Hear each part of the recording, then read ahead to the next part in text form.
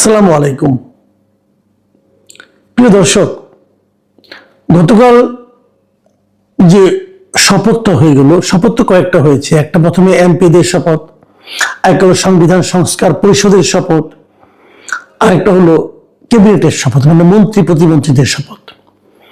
তিনটা শপথই হয়েছে, কিন্তু এর মধ্যে একটা শপথ সংবিধান সংস্কার পরিষদ, সেই পরিষদের সদস্য হিসেবে যে শপথ নেওয়ার কথাটা, সেই শপথটা বিএনপির লোকজন নেয়নি। এবং বিএনপি এমপিরা বলেছে যে আমরা এই শপথটা নিতে পারি না, আমরা কেবল সেই শপথগুলি নিতে পারি যে শপথগুলো আমাদের সংবিধানে আছে।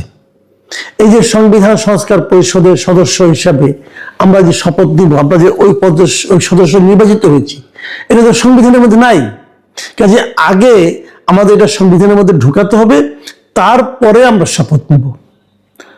এইগুলি নিয়ে কিন্তু অনেক হয়েছে, অনেক আলোচনা হয়েছে। মানে মূল জিনিসটা হলো জুলাই সনদ এবং সেই সনদের সংস্কার, সেই সংস্কারের বাস্তবায়ন করতে যে ঐক্যমত্য কমিশন যেটা করেছিল আলী রিয়াজ সাহেবরা, ওনারা ভেবেছেন যে রাজনৈতিক নেতৃবৃন্দ হয়তো তাদের কথা রাখবে না, অতএব জোর করে আগে একটা গণভোট করে নিয়েছিল। এগুলো হলো কি জানেন, ওই যে ঘোড়ার আগে গাড়ি জুড়ে দেওয়ার মতো ব্যাপার। গণভোট এইভাবে হয় না। আর তারও চেয়ে বড় কথা, আপনি যে গণভোটটা করলেন, এটা তো সংবিধানেই নাই। যে জিনিসটা সংবিধানে নাই সেটা আপনি কিভাবে করবেন? সেটা তো আপনি করতে পারেন। এখন কি হয়েছে, গতকালকে দেখলাম এটা নিয়ে আবার আদালতে চলে গেছে একজন, বলছে যে গণভোট ইটসেলফ আনকনস্টিটিউশনাল, মানে অবৈধ। এখন যদি আদালত যদি বলে হ্যাঁ তাই তো, এবং আদালত না বলে কোনো উপায় নেই। এই কারণে আদালত তো সংবিধানের বাইরে যাইতে পারবে না। এখন সংবিধানের বাইরে বিপ্লব হয়েছে, এটুকু আমি মানি, কিন্তু আদালত যখন রায় দেবেন তখন তো সংবিধানের বাইরে যাওয়ার কোনো উপায় নাই। এবং যদি আদালত সংবিধানে মেনে রায়টা দেন, তাহলে গণভোট অবৈধ হবে। যদি গণভোটটা অবৈধ হয়ে যায়, আমি যতটুকু বুঝছি আর কি, না হতে পারে, আমি জানি না কখন কি হয়ে যায়। যদি অবৈধ গণভোটকে বলে দেয় আদালত, তাহলে কি হলো? তাহলে এই যে গণভোটটা হলো, এর জন্য যে ব্যয় হলো, যে পরিশ্রম হলো, এই জন্য যে বারবার আইন ভাঙা হলো, আইন ভাঙা হয়েছে। কিন্তু এই আলী রিয়াজ সাহেব আইন ভেঙেছেন, এই গণভোটে হা ভোটের পক্ষে তারা ভোট চেয়েছেন, এবং সরকারি কর্মকর্তা কর্মচারীদের সেই ভোট চাইতে ওনারা বাধ্য করেছেন, এবং বাধ্য করার মাধ্যমে প্রত্যেকটা সরকারি কর্মচারী কর্মকর্তাকে ওনারা আইন ভাঙার কাজে বাধ্য করেছেন। হয়েছে, বিপুল অর্থ ব্যয় হয়েছে। তো এই সবই যদি অবৈধ হয়, তাহলে অবৈধ এই কাজটা যারা উদ্যোগ নিয়ে যারা শুরু করলো, মানে প্রধান উপদেষ্টাতে একটা ভাষণ দিয়ে শুরু করছিল গণভোট হবে, তো তাদের সবাইকে তখন ক্ষতিপূরণ আদায় করা উচিত তাদের সবার কাছ থেকে। জনগণের টাকা, এটা আপনার বাপের টাকা তো না ভাই, আপনি আমাদের টাকাগুলি দিয়ে অপচয় করলেন কেন? যে কাজটা করবেন সেটাকে জেনে নেন, বুঝে নেন, আইনের পরামর্শ নিয়ে নেন, সুপ্রিম কোর্টের রেফারেন্স নিয়ে করতেন কাজগুলো। আপনারা নিজেরাই সব জানতা, আলী রিয়াজ সাহেব এখানে আসছিল, সব জানতা, তো সব জানতে এখন তো ধরা খেয়েছে। যে কাজটা আমি আজকে বিএনপি করেছে, এটা করাতে কি হলো? এটা করাতে যেটা হলো যে জুলাই সনদ বাস্তবায়নে যে কাজটা ছিল সেটা কিন্তু ঝুলে গেল। দেখেন এখন ঘটনাটা কি দাঁড়ালো, কতগুলি জিনিস, এগুলো একদম হিসেব মিলাইতে পারবেন না ভাই। আমরা যখন বাজে না তখন এরকমই বাজে। এখন কি হলো, মানে 212 জন লোক তারা সংবিধান সংস্কার পরিষদের সদস্য হিসাবে শপথ নিল না, বুঝছেন? 212 জন, আরো বেশি। আমি রুমিন ফাহানাতের একজন মেম্বার আছে, উনিও তো নেন নাই, উনি তো স্বতন্ত্র, উনিও শপথ নেন নাই। তাহলে এখন শপথ নিল কারা? শপথ নিল 100-রও কম লোক, ধরেন আপনার 88 জন লোক অথবা 80 জন লোক, এরা নিল শপথ। তাও সবাই নেয় নাই, স্বতন্ত্র সম্ভবত নেয় নাই। তাহলে এই যে যারা নিল, এখন এরা নিয়ে কি করবে? এরা কিন্তু এখন তাহলে সংবিধান সংস্কার পরিষদের সদস্য হলো, তারা কি সংবিধান সংস্কার নিজেরাই করতে বসে যাবে এই কয়জন মিলে? এটা হবে?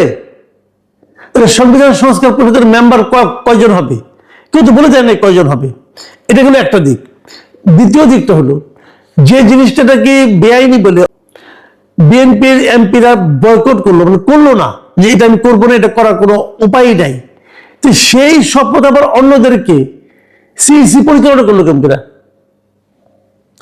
যে শপথটা অনৈতিক এবং অথবা অসাংবিধানিক বলে একটা, মানে আপনার এমপিদের একটা বড় অংশ মানে 2/3 বেশি অংশ করলো না, বলে এটা করা যাবে না, এটা বেআইনি হবে, এটা অসাংবিধানিক হবে। তো সেই অসাংবিধানিক কাজের শপথটা সিইসি কিভাবে পড়ালেন?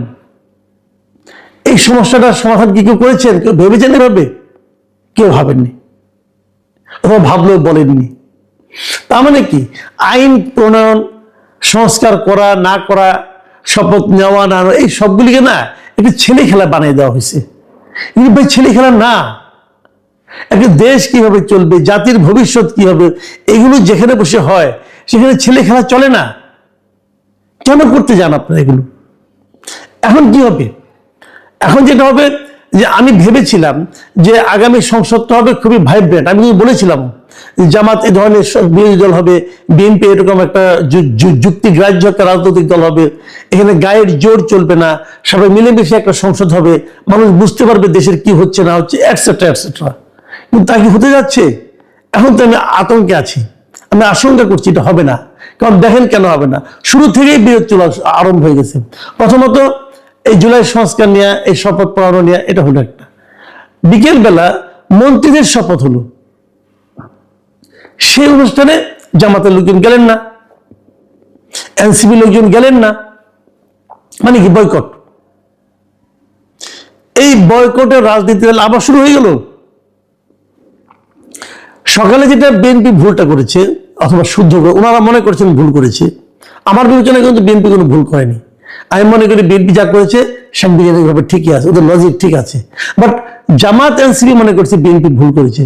ঠিক আছে, জামাত এনসিপিকে আমি বলি যে ভুল যদি হয়, ওই ভুলের কারণে আপনার পরের অনুষ্ঠানটা বয়কট করলেন কেন?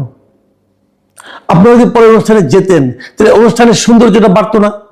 কারণ সৌন্দর্য দিয়ে কাজ হবে না, মানলাম, কিন্তু আপনারা যে একসঙ্গে কাজ করতে চান দেশ গঠনের ক্ষেত্রে, সেটার তো একটা নমুনা আমরা দেখতে পারতাম।